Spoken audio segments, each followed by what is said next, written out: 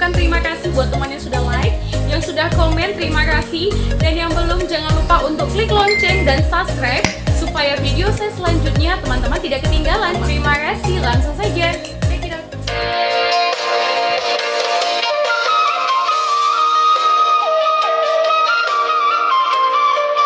Batara Guru, dalam mitos Batak, penentu takdir manusia.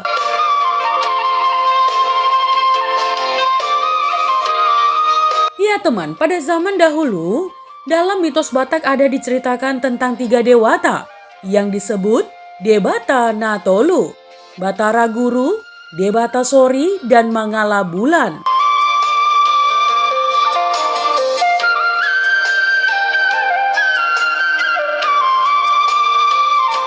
Ketiga dewata ini konon keluar atau lahir dari cangkang 3 butir telur sebesar periuk, dierami oleh induknya seekor burung bernama Manuk-Manuk Hulam Bujati. Ketika dewata Natolu sudah dewasa, maka menikahlah mereka.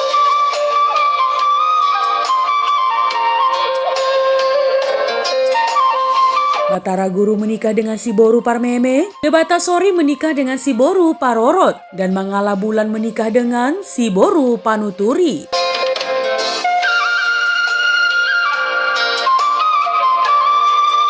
Di kemudian hari mereka berketurunan.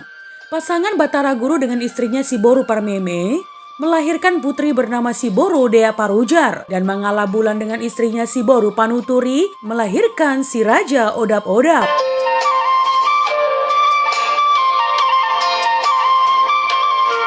Kemudian seiring berjalannya waktu, akhirnya Batara Guru dan Mangala Bulan menjodohkan kedua anak mereka, si Raja Odap-Odap dengan si Boru Dea Parujar.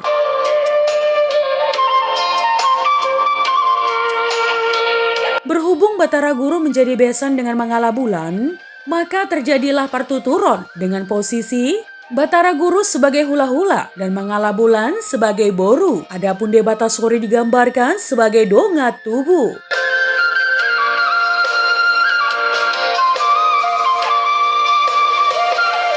Pertuturan atau hubungan hierarki dalam keluarga ini kemudian diadopsi leluhur Batak dengan konsep Dalihan Natolu. Nah teman, mitos ini kemudian mengisahkan Batara Guru mendapatkan kuasa dari mula jadi Nabolon, yaitu kuasa menetapkan hukum, memberi berkat, menentukan takdir dan nasib manusia.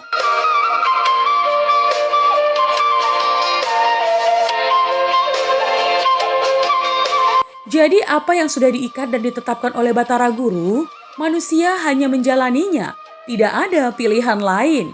Namun demikian teman, menetapkan takdir tersebut sesungguhnya tidak sepihak. Konon, Batara Guru menetapkan takdir tersebut atas permintaan manusia ketika masih berada dalam kandungan.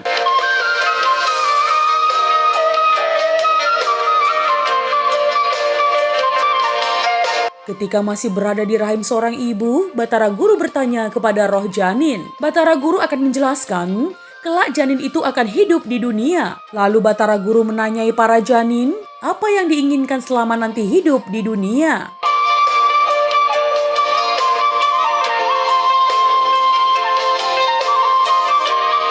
Beragam jawaban dari janin-janin itu teman. Ada yang meminta sekedar hidup miskin dan menderita. Lapa-lapa sobuan, malap-malap petaho, asal ma dihangoluon. Biarpun miskin dan menderita, yang penting hidup. Kelak saat janin itu lahir, hidup seperti permintaannya teman, miskin dan menderita.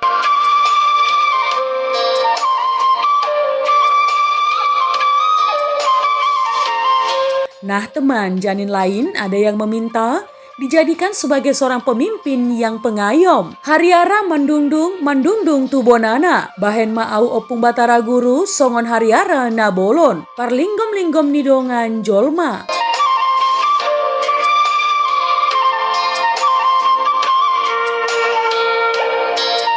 Ada juga yang meminta untuk tidak dilahirkan ke dunia. Dang di halomon rohaku menjalani hangoluon, di silu bala ngari, nago arsat, dohot habernitot, jauh mawopung tu sabulonmu. Aku tidak ingin menjalani kehidupan di dunia, sebab banyak kesedihan dan kesusahan. Panggillah aku ke tempatmu yang abadi.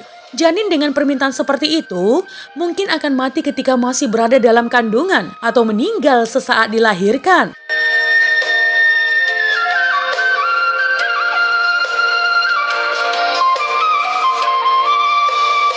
Begitulah ragam permintaan janin manusia kepada Batara Guru seperti yang dikisahkan dalam mitos Batak. Nah teman, itu tadi adalah Batara Guru dalam mitos Batak, penuntut takdir manusia. Nah teman, jika ada kesalahan dalam penyampaian legenda, mohon dimaafkan ya teman. Untuk kritik dan saran yang membangun, langsung saja tinggalkan di kolom komentar. Menjadi bijak, menjadi cermat itu penting. Terima kasih teman.